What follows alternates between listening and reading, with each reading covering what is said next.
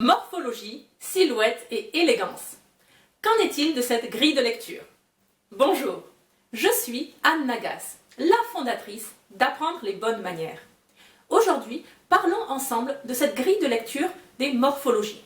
Vous avez sûrement déjà rencontré sur Internet cette grille de lecture des morphologies féminines.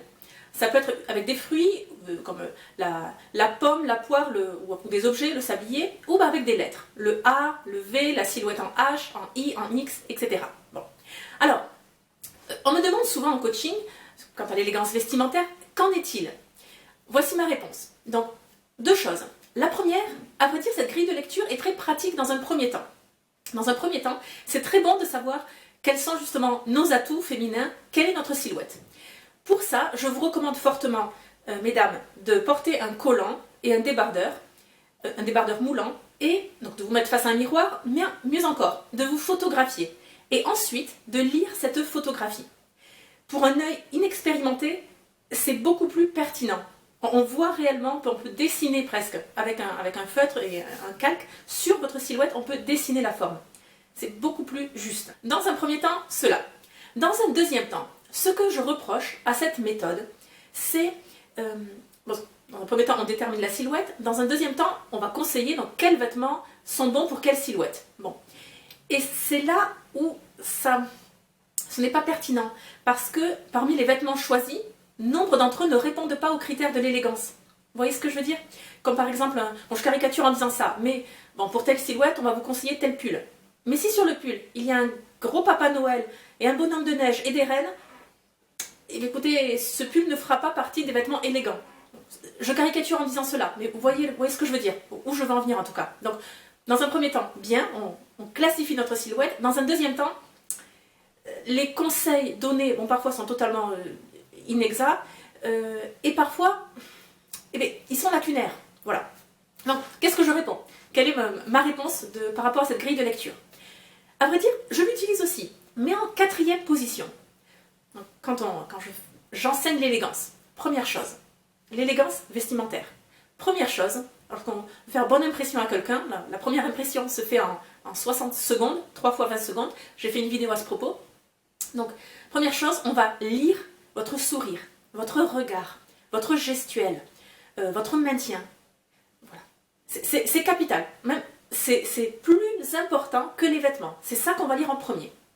Deuxième chose, il faut voir des attributs de la féminité sur vous. Qu'est-ce que c'est? Alors, en cas de doute, vous vous référez au pictogramme sur la porte des toilettes dans les lieux publics. Globalement, qu'est-ce qu'on voit pour différencier les toilettes des femmes des toilettes des hommes? Un petit pictogramme, petit dessin, généralement c'est une femme en robe avec des cheveux longs et des talons. Voilà. Donc là, j'en ai cité trois. 3 attributs de la féminité. Ce sont des exemples. Et ce sont les plus évidents. La robe, les talons, les cheveux longs. Il est important, il y en a d'autres. Il est important que vous ayez au moins un attribut de la féminité sur vous, pour pouvoir lire justement, vous lire en quelques secondes, distinguer si vous êtes une femme ou un homme. Ensuite, troisième point, très important, une fois que tout cela est fait, il y a les interdits vestimentaires. À vrai dire, il y a plus d'interdits vestimentaires que de vêtements conseillés. Par exemple, donc justement, le port du jean, la couleur noire, le fait d'avoir des vêtements avec des chaînes ou des clous, tout ça ne renvoie pas à l'élégance vestimentaire d'une lady. Donc, si par rapport à telle morphologie, on vous conseille tel ou tel vêtement, oui, mais si ce vêtement a des clous, aussi pertinent soit-il dans la mise en valeur de votre silhouette, il n'est pas conforme aux critères d'élégance. Voilà. Et quatrième point alors, justement, la morphologie.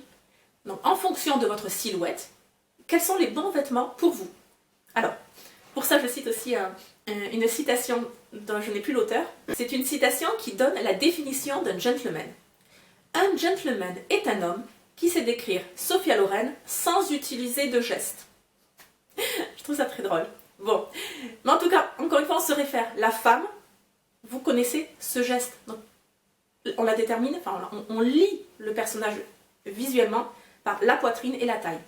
Et ça veut dire c'est les 2 points principaux quand j'enseigne l'élégance vestimentaire, c'est comment mettre en valeur, souligner sa taille et mettre en valeur sa poitrine. Voilà.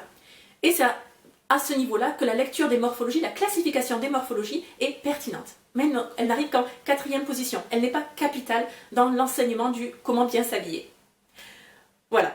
J'espère que cette vidéo vous aura plu, qu'elle aura répondu à cette question que vous me posez souvent, donc je fais une réponse collective. Pour plus d'informations sur l'élégance vestimentaire, le protocole, l'étiquette, les arts de la table, rendez-vous sur le site Apprendre les bonnes manières. Vous pouvez y télécharger le guide des mondanités, sous-titré « 7 leçons de savoir-vivre pour briller en société ». Si cette vidéo vous a plu, un petit j'aime. N'hésitez pas à vous abonner sur la chaîne pour ne manquer aucune vidéo.